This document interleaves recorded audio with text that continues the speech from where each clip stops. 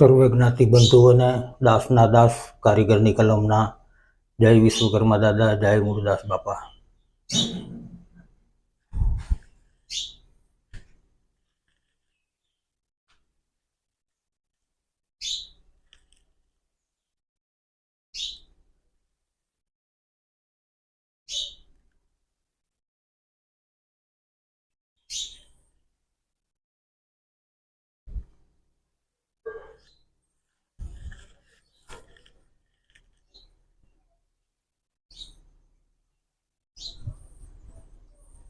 સંત સુરા અને દાતાની પાવન ધરતી એટલે સૌરાષ્ટ્ર અને કચ્છની ધરતી.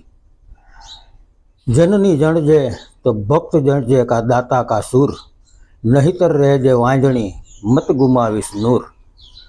આવી જ સૌરાષ્ટ્ર અને કચ્છની પાવન ધરા ઉપર અનેક જતી સતી સંતોએ સિદ્ધાત્માઓએ જન્મ અવતરણ કર્યા છે.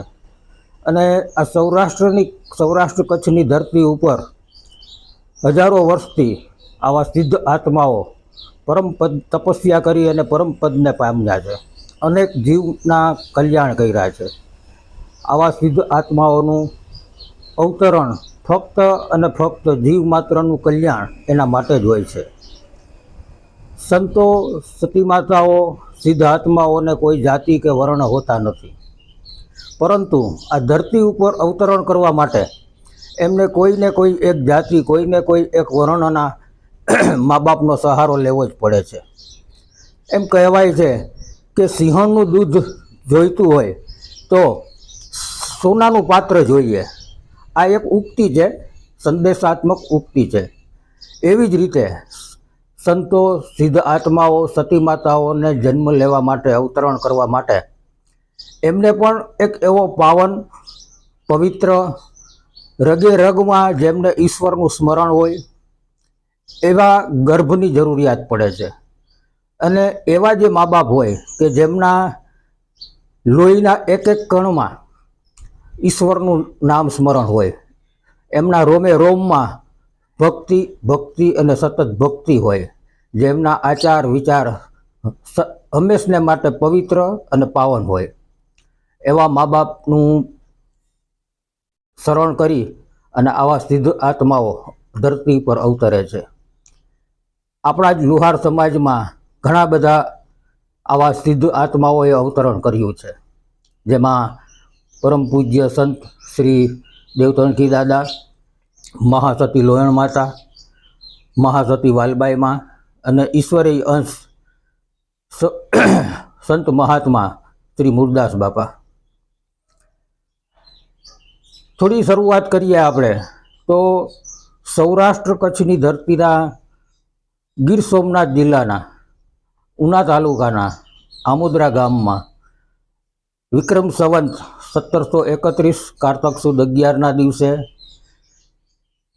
એક ઈશ્વરી આત્માએ અવતરણ કર્યું. પૂજ્ય શ્રી કરશન ભગત અને સતી જેવું સત ધરાવતા ગંગાબાઈને ત્યાં કરશન ભગત અને ગંગાબાઈનું જીવન સંપૂર્ણપણે ઈશ્વર ભક્તિ અને ઈશ્વર ભક્તિ અને ઈશ્વર ભક્તિ. ભક્તિ કરતાં કરતાં કર્મયોગ આપણો વંશ પરંપરાગત લુહારી વ્યવસાય આમોદરા ગામમાં કરતા અને સાંજ પડે ભક્તિ, ભજન અને અલખ આરાધવાનું. મૂળદાસ બાપાનો અવતરણ થયું. મા બાપે મૂળજી નામ પાડ્યું. 18 વર્ષની ઉંમરે વેલુબાઈ નામની પતિવ્રતા, પતિપારાયણ સ્ત્રી સાથે એમનો સંસાર મંડાયો. વેલુબાઈ પણ ભક્તિના રંગે રંગાયેલા અને મૂળજીની કાંધોકાંધ, ખભે ખભો મિલાવી અને જીવન પસાર કરે એવા.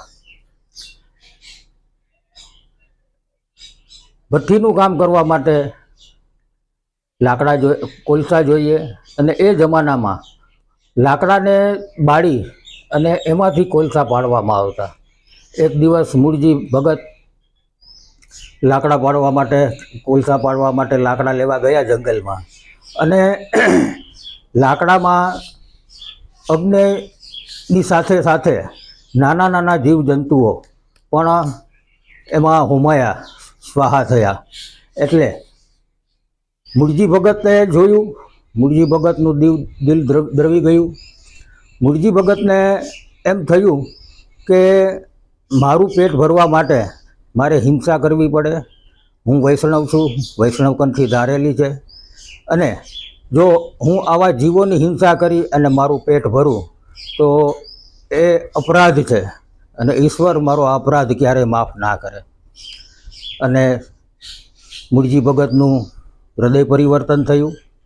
ઘરે આવી માતા પિતા, મિત્ર, સગા સંબંધીઓને વાત કરી કે હું હવે સંસારનો ત્યાગ કરું છું.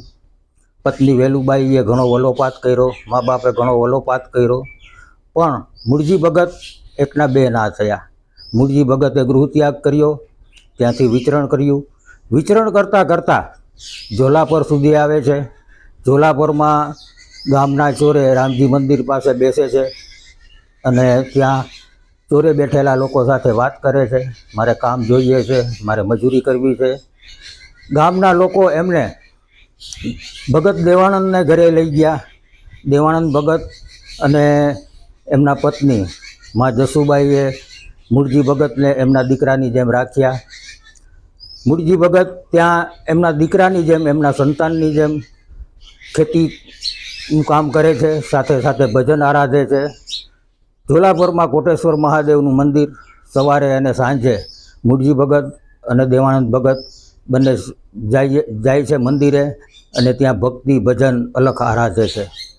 દેવાનંદ ભગતને સંતાન હતું નહીં. મૂળજી ભગતે કોટેશ્વર મહાદેવને પ્રાર્થના કરી, અને કોટેશ્વર મહાદેવની કૃપાથી દેવાનંદ ભગત અને જસુબાઈને ત્યાં એક સંતાનનો જન્મ થયો. એમનું નામ ભોળો પાડ્યો. 10-11 વર્ષની ઉંમર થતાં ભોળાને કોઈ પણ એવી રોગ લાગ્યો અને એનું મૃત્યુ પામ્યો. ત્યારે મૂળજી ભગત ખેતરમાં હતા. ખેતરેથી દોડી આવી અને મૂળજી ભગત ભોળાને લઈ કોટેશ્વર મહાદેવના મંદિરે ગયા. ભોળાનાથને પ્રાર્થના કરી, હે દાદા, હે ભોળિયા, તે જ આપેલો આ જીવ આજે આમ છે, મૃત્યુ પામ્યો છે, તારા શરણમાં આવ્યો છે. તું આ દેવાનંદ ભગત અને જસુબાઈનું દુઃખ જો. અને પાણીની અંજલી આપી. ભોળો પાછો સજીવન થયો, બોલતો ચાલતો થયો. ઝોલાપુરમાં એવા અનેક પરચાઓ આપ્યા મૂળજી ભગતે. છેલ્લે મૂળજી ભગતનું હૃદય દ્રવી ગયું કે હું આવા પરચાઓ આપીશ તો મારું જીવન શું, મારે તો અલખ આરાધવા છે.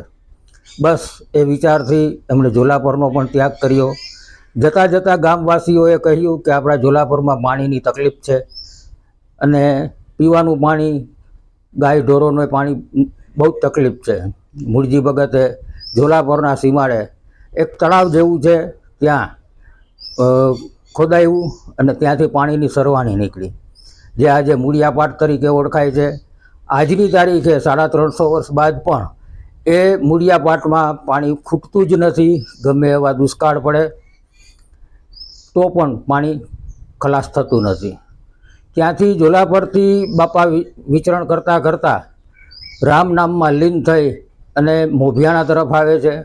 મોભિયાણાની એક જગ્યાએ ખેતરની એક ધાર ઉપર, એક ટેકરી ઉપર બાપા ફસડાઈ પડે છે. બાપાને કોઈ પણ જાતનું ધ્યાન નથી, કોઈ પણ જાતનું ભાન નથી, બસ રામ નામમાં લીન છે. આજુબાજુના ખેતરના લોકોને જાણ થઈ કે ધાર ઉપર, ટેકરી ઉપર કોઈ એક વ્યક્તિ આવી છે અને બેભાન હાલતમાં છે. લોકો આવ્યા, એમણે જોયું કે આ તો મૂળજી ભગત છે. બધા ખેડૂતોએ સાથે થઈ આ ટેકરી ઉપર, આ ધાર ઉપર મૂળજી ભગતને આશરો આપ્યો. મૂળજી ભગતને ખેતરમાં કામ આપ્યું. બસ મૂળજી ભગતે ખેતરમાં કામ કરતાં કરતાં આ ટેકરી ઉપર, આ ધાર ઉપર અલખને આરાધ્યા. કર્મભૂમિની સાથે સાથે આ જગ્યા મૂળજી ભગતની તપોભૂમિ પણ બની.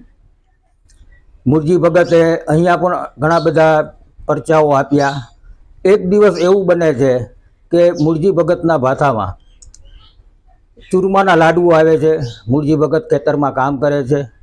મજૂરોએ મજાક મસ્તી અને પરીક્ષા કરતાં કરતાં એ ભાથાના ચૂરમાના લાડુ ખાઈ જઈ માટીના લાડુ મૂકી દીધા. મૂળજી ભગત ખેતરમાંથી કામ આટોપી અને જેવા એમની કુટીરમાં આવે છે, હાથમાં ધોઈ અને ભગવાન આરાધ્ય શ્રી રામને થાળ ધરવા માટે ભાતાનો ડબ્બો ખોલે છે તો એમાં માટીના લાડુ જોવે છે. મૂળજી ભગતનું હૃદય દ્રવી ગયું અને એમને એમ થયું કે મારો જન્મ શા માટે છે, મારું અવતરણ શા માટે છે. હું સત્યની શોધમાં નીકળ્યો છું. ભગવાન શ્રી રામના ચરણોમાં કાલાવાલા કરે છે અને જેવો ભાતાનો ડબ્બો ફરીથી ખોલે છે તો એમાં ઘીથી લચપચતા ચૂરમાના લાડુ મળે છે. બસ વળી પાછું મૂળજી ભગતનું હૃદય પરિવર્તન થયું. ભગવાન શ્રી રામને થાળ ધરી અને આ ધાર ઉપરથી બાપા વિચરણ કરતાં કરતાં મહુવા, સાવરકુંડલા વગેરે સ્થળોએ થઈ અને ગિરનારની ગિરિકંદરાઓમાં જાય છે. બસ આ જે ધાર છે એ પછી ત્યાં એ જ સમયના ખેડૂતોએ એક એમની જે કુટીર છે એ કુટીરને એક પથ્થરના ઓટલા જેવું બનાવ્યું, એક શિવલિંગ જેવો આકાર પણ આપેલો અને એ ધાર, એ ટેકરી એ પછી મૂળિયાધાર તરીકે ઓળખાય છે. આજે અંદાજે 350 વર્ષ બાદ પણ આ જગ્યા આજે પણ ચેતનવંત છે. આપ જે આ પ્રતિમાના દર્શન કરી રહ્યા છો એ જગ્યાએ પૂજ્ય મૂળદાસ બાપાએ, પૂજ્ય મૂળજી ભગતે ચૂરમાના લાડુ માટીના લાડુમાંથી બનાવેલા. આજે પણ આ જગ્યા ચેતનવંત છે. ઘણા લોકોની આસ્થાનું કેન્દ્ર છે. અનેક દુખિયાઓના દુઃખ દૂર થાય છે અને સુખિયા થાય છે. આ ધાર આજે મૂળિયાધાર તરીકે ઓળખાય છે. જે સમયે મૂળજી ભગતે વિચરણ કરી અને જુનાગઢ બાજુ ગયા એ સમય પછી ખેડૂતોએ જે એક નાનકડો સ્મારક બનાવ્યું, એ પછી કાળક્રમે ત્યાં એક નાની ડેરી જેવું થયું અને અંદાજે 20 વર્ષથી આપણા ભાવિક ભક્તો દ્વારા આ જગ્યાએ સરસ મજાનું સ્મારક મંદિર બનાવવામાં આવ્યું છે અને મહુવા, મોભિયાણા, ભાવનગર વગેરે વગેરેના સમાજ સેવકો આ સ્મારક સ્થળનું સરસ મજાનું સંચાલન કરે છે. દર અમાસે અહીંયા પૂજ્ય મૂળદાસ બાપાની પૂજા અર્ચના, ધ્વજ અર્ચન થાય છે. આજે પૂજ્ય બાપાનું અવતરણ દિવસ છે, અવતરણ તિથિ છે 351મી. આજે સરસ મજાનો ઉત્સવ થઈ રહ્યો છે. આવો આપણે પૂજ્ય મૂળદાસ બાપાના ચરણોમાં પ્રાર્થના કરીએ. સમગ્ર સૃષ્ટિના જીવ માત્રનું બાપા કલ્યાણ કરે. જય મૂળદાસ.